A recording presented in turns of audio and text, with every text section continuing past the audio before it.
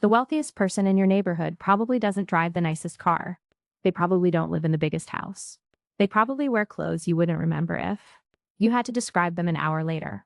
According to decades of research from Thomas Stanley on actual American millionaires, the typical wealthy household shops at Costco, drives a used Toyota Camry, and has lived in the same modest home for over 20 years. Meanwhile, the household down the street with the leased BMW in the driveway and the constant Amazon deliveries is statistically more likely to be one missed paycheck from disaster. The average American household carries $7,236 in credit card debt, according to Federal Reserve data from 2025. The average American household spends $273 monthly on subscription services. The average 401k balance for someone in their 40s sits at approximately $59,000, nowhere close to what's needed for retirement. These numbers reveal a brutal truth. Most people who look financially comfortable are performing comfort while their underlying position deteriorates every month. The people quietly building real wealth are doing the opposite. They're practicing habits so unremarkable that nobody would post them online. They're making decisions that would seem paranoid or cheap to their neighbors. They're building positions that look invisible from the outside and feel inevitable from the inside. This video covers 10 habits that the actually wealthy practice consistently, none of which require a high income, a finance degree, or any luck whatsoever. Habit 1. Renegotiate every recurring bill once per year. Internet, cell phone, insurance, streaming bundles, gym memberships. Every single recurring expense has a price that the company hopes you'll never question. According to Consumer Reports research, customers who call to negotiate their cable and internet bills successfully reduce them in 70% of cases, with average savings of $50 monthly. Auto insurance customers who shop their policy every 12 months save an average of $400 annually compared to those who auto-renew. Cell phone customers who threaten to leave their carrier extract retention offers worth hundreds of dollars per year. The math is straightforward. 2 hours of phone calls each January can produce $1,200 to $2,000 in annual savings. That's an effective hourly rate of $600 to $1,000 for the most boring labor imaginable. Most people would never accept that work voluntarily. They'd rather pay the markup and avoid the discomfort of a 15-minute conversation with a retention specialist. The wealthy treat those conversations as a recurring obligation. The same way most people change the batteries in their smoke detectors, they audit their recurring expenses. The companies count on inertia. The wealthy count on the companies counting on inertia. Habit 2. Buy store brand on everything that isn't a sentimental exception. Walk through any grocery store and compare the name brand to the store brand sitting next to it. Same shelf, same lighting, often manufactured in the same facility by the same contract manufacturer. According to a study by Consumer Reports analyzing 57 product categories, store brand items are equivalent or superior in quality 71% of the time.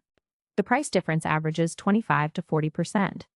On medications, the gap can exceed 80%. The active ingredients in store brand ibuprofen are chemically identical to the active ingredients in name brand ibuprofen.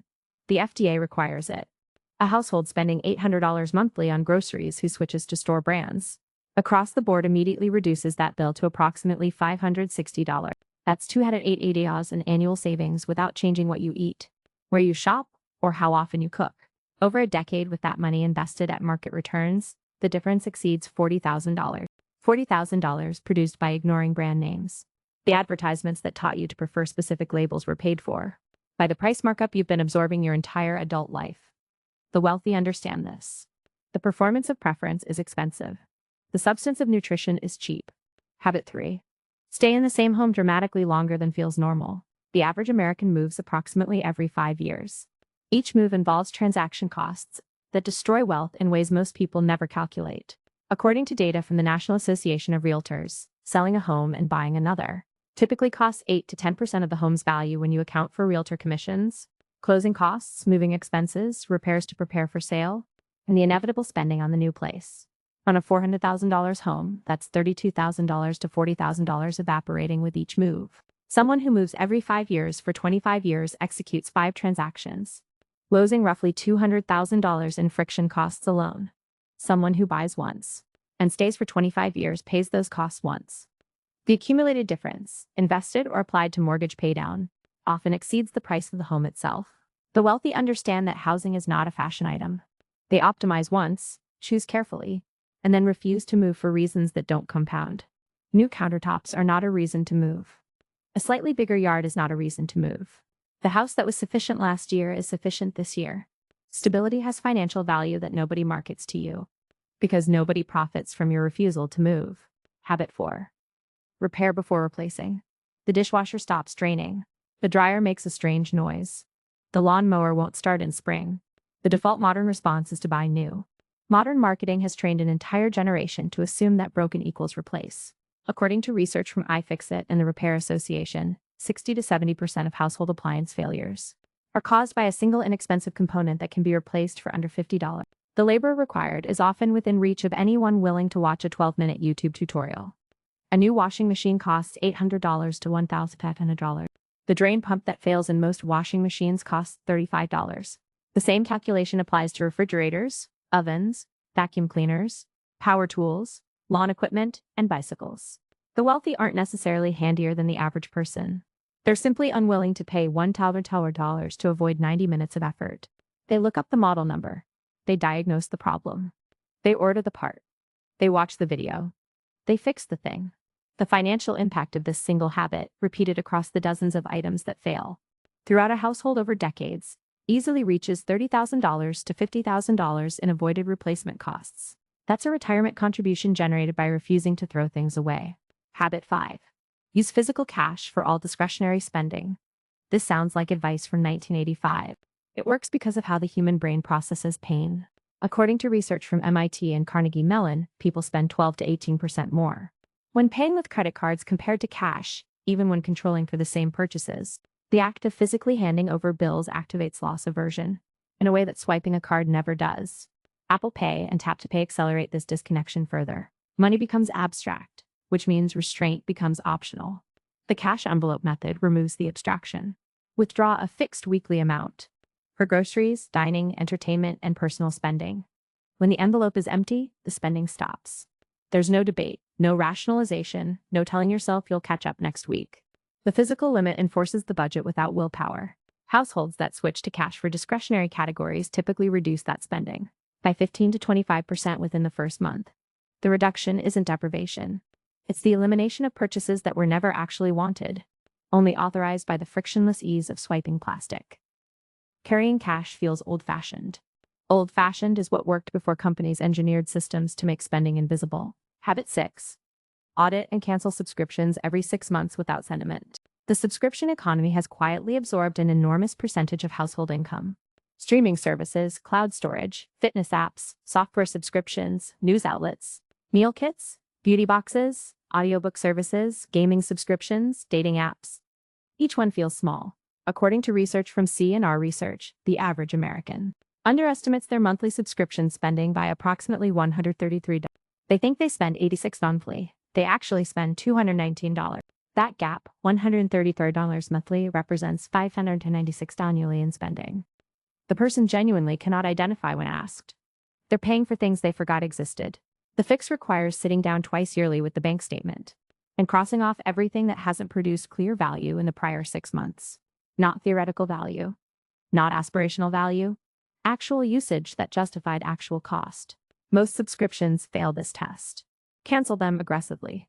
The ones that genuinely matter survive easily. The ones that don't deserve to disappear. Households who perform this audit twice yearly typically reduce subscription spending by 40 to 60%, freeing up $80 to $200 monthly that can immediately redirect toward investments. Subscriptions are designed to charge you indefinitely. The wealthy treat that design as a challenge to overcome rather than a system to comply with. Habit 7. Implement a 30-day waiting period for any non-essential purchase over $100. The modern shopping environment is engineered for impulse. Every checkout flow optimizes for speed. Every recommendation engine surfaces things you might want. Every ad retargets you with items you glanced at once. The architecture of consumption assumes you'll fold under enough exposure. According to research published in the Journal of Consumer Research, requiring a forced delay of 30 days before completing a purchase reduces follow-through by approximately 78%. 3 out of 4 impulse purchases never get completed when the buyer is required to wait a month before pulling the trigger. That number is staggering. It means most of what you buy on impulse you don't actually want. You wanted it momentarily. You confuse desire for need. The 30-day rule weaponizes time against the engineered urgency of modern marketing. Write the item down. Put it on a list. Wait 30 days. If you still want it after 30 days, buy it without guilt. If you've forgotten about it or moved past it, congratulations. You just saved yourself from a purchase that would have produced regret. Households who adopt this rule for any non-essential purchase over $100 typically reduce discretionary spending by $200 to $500 monthly. The wealthy don't have stronger willpower. They've structured their decisions to make willpower unnecessary. Habit 8. Buy household staples in bulk during sales rather than at convenience pricing.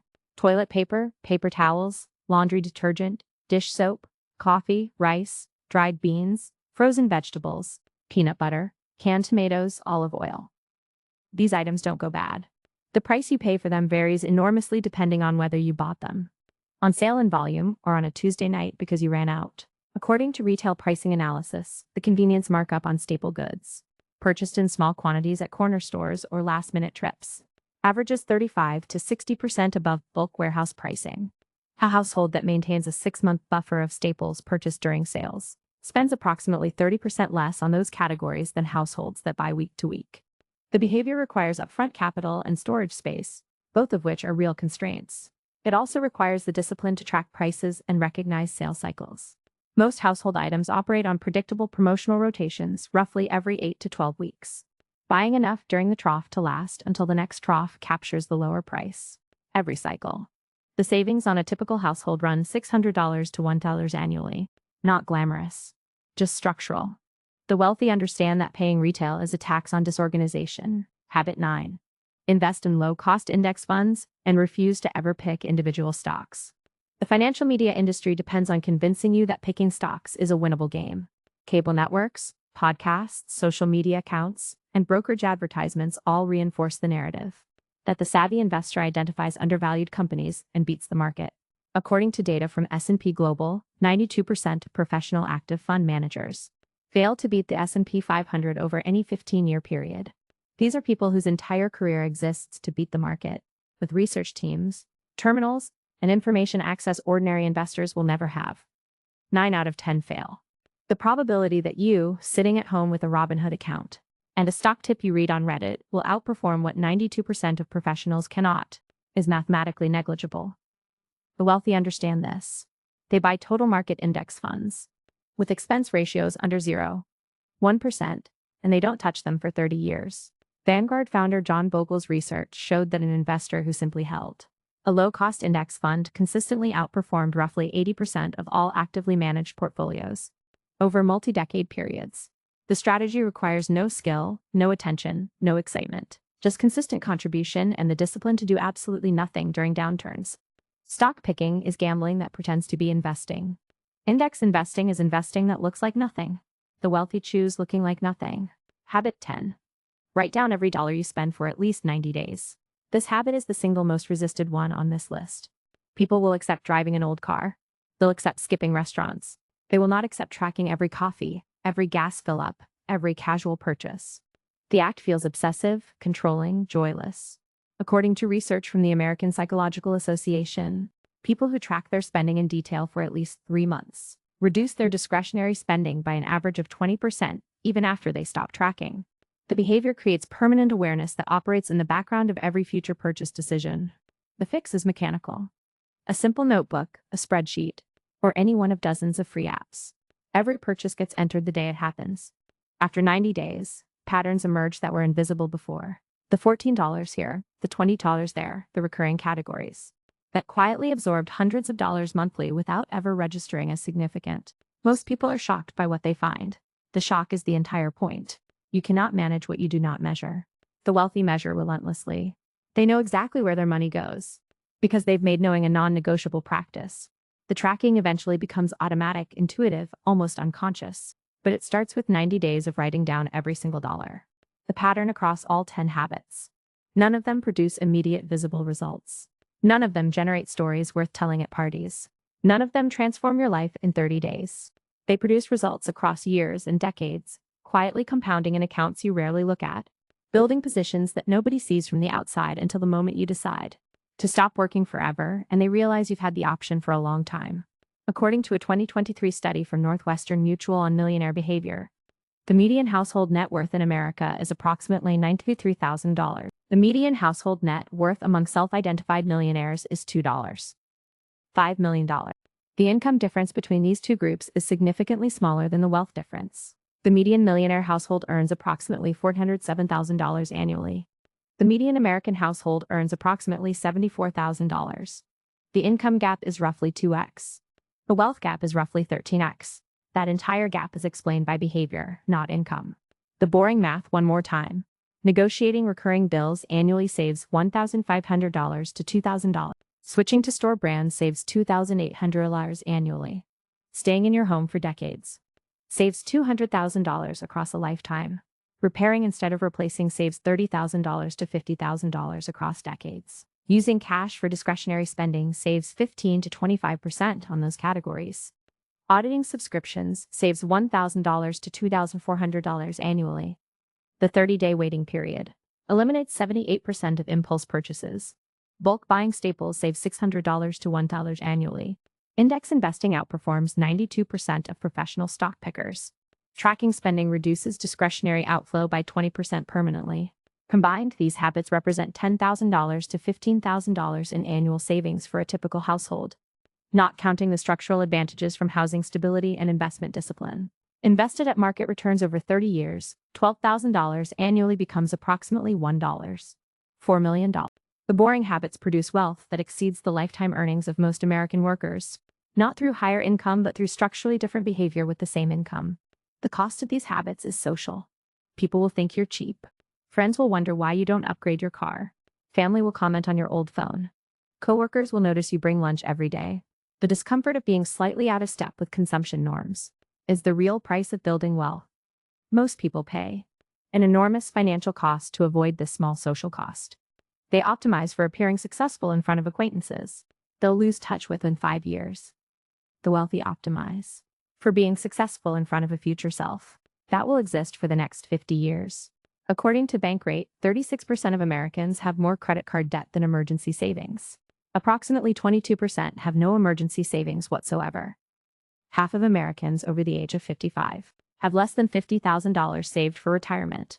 These statistics describe what happens when consumption habits replace accumulation habits at scale. The exciting purchases produce paycheck dependency. The boring habits produce optionality.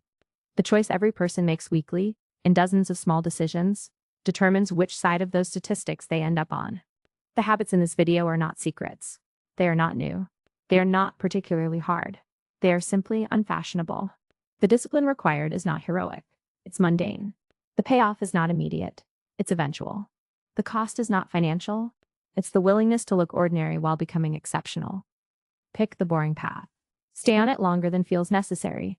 The compounding does the rest.